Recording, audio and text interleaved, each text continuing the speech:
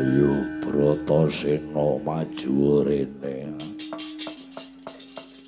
Aku yen wis bacot nesu awakku mlembung semene gedene. Latar. Yen wis bacot dadi gedhe apa-apa sarwa gedhe. Mripat gedhe, irung gedhe, gulu gedhe, weteng gedhe, pupu gedhe, jempol sikil gedhe. Kabeh melu dadi gedhe. Ayo morake sawangen yen bacut nesu jempol sikil gedhe, pupu gedhe, weteng gedhe, gulu gedhe. Ayo maju rak slentik ya alas kubar ya.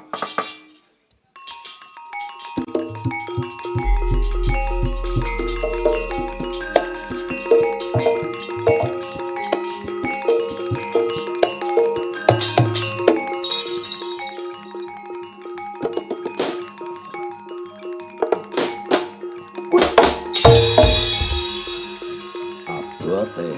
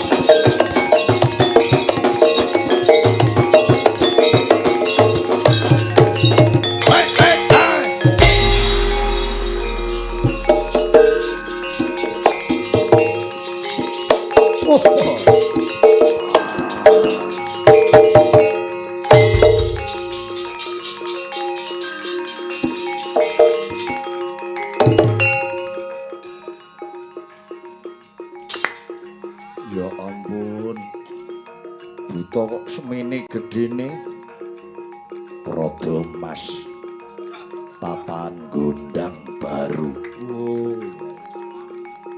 Oh iya, ana plestitike. Maju rene munyuk putih. Sampluk ilang nyawamu.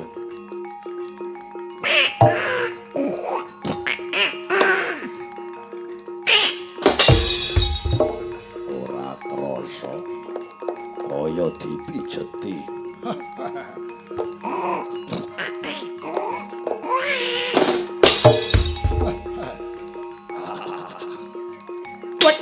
Canda.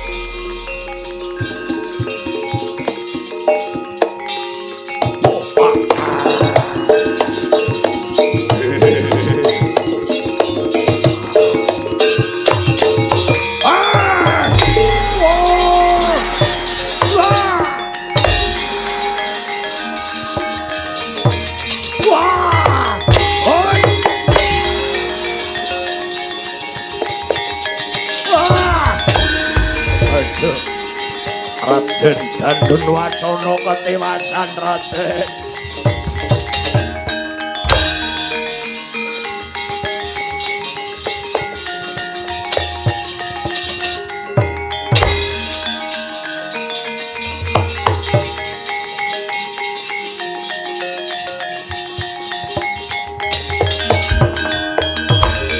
Bumi gunjing langit kelap katon lur kincang ngalis Sang mawe gandrung sabarang ngadulu menungso ora tata senengane ngrusak alas bedoli wit-witan ngawur-ngawu gawar sing dadi patramu Bratasena sumurupa iki tetungguling senopati kraton Kajiman Indraprastha Dandun Wacana sing ngadepi dapurmu ayo marake maju rene kena jala sutra kelakon mati ora iso obah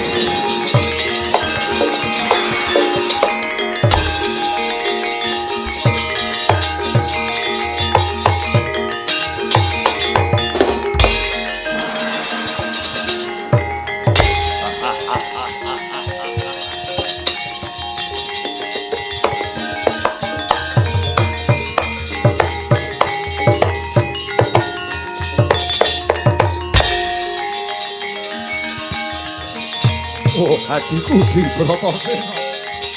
Wah! Wah!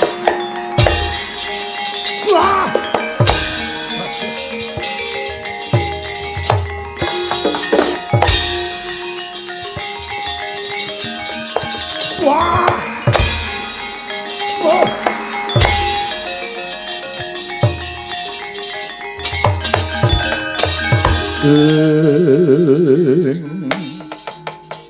Pramara reh manguswa nyumbreng ambrang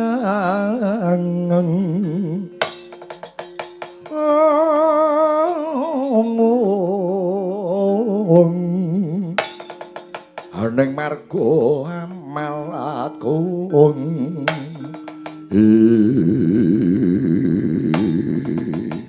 oh adiku di Bratasena sing gedhe pangapuramu ya Yayi pun Kakang Senggana ora isa tetulung mring Siadi nanging percaya ya Di lamun to gegayuhan luhur kuwi mesti ana rubedane lamun to Siadi datan kendhat meminta mring ngarsane Gusti Kang Maha Suci tertamtu ana dalan kanggo pepadhang lelakon iki Yayi.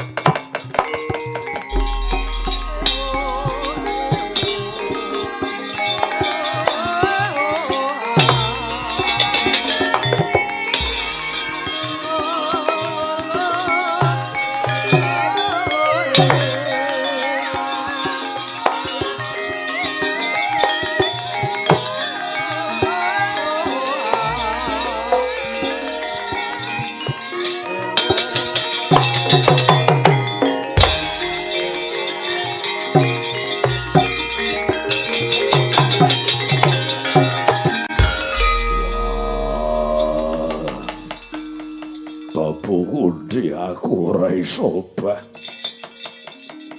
Apa lakon aku mati ana kene. Dewa tulung ana aku, tulung ana Bratasena.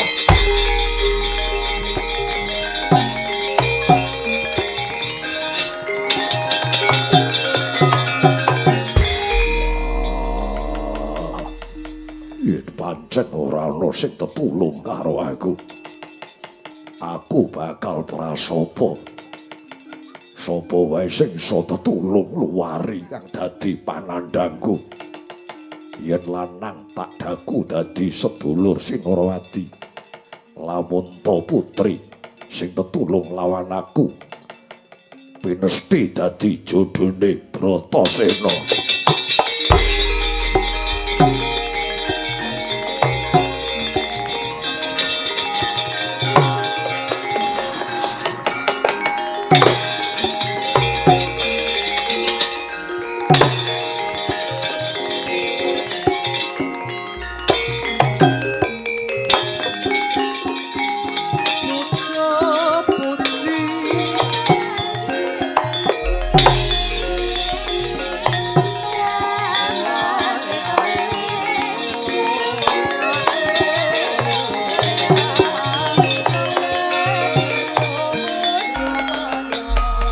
Indriya mangu ngandhuhan rimang lirlena tandha kanin yen tantulasa mangku tiyautama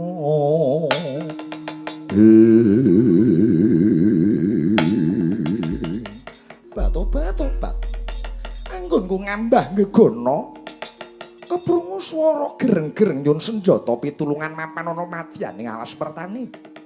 Bareng tak caketi jebul tinemune ana satra gagah pideksa kang kagubeling jala sutra ora bisa obah. Bat mesake banget satra iki. Raden, aku arimbi mburi saka prenggon dadi kang paring senjata pitulungan marang panjenengan Raden.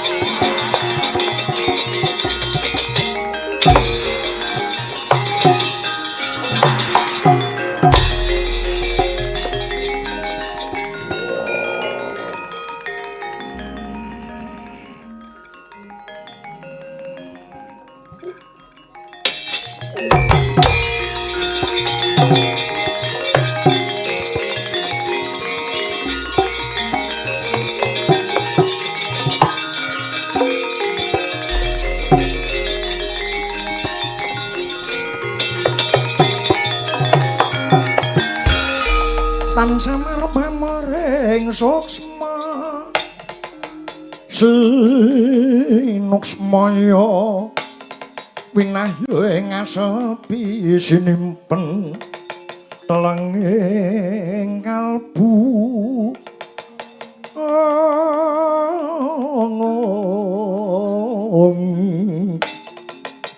pambukaning warana tarlen saking liyap layaping aluya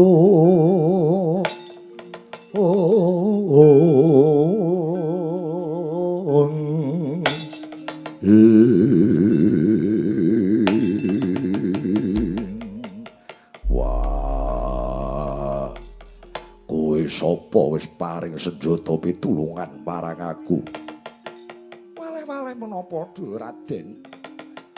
Kula menika awon tanpa rupi wingking saking Pringgondani. Sudyamastani kula pun Arimbi. Jenengmu Arimbi. Injih. Panjenengan menika sinten? Panenggak Pandhawa Bratasena aranku. Tobat.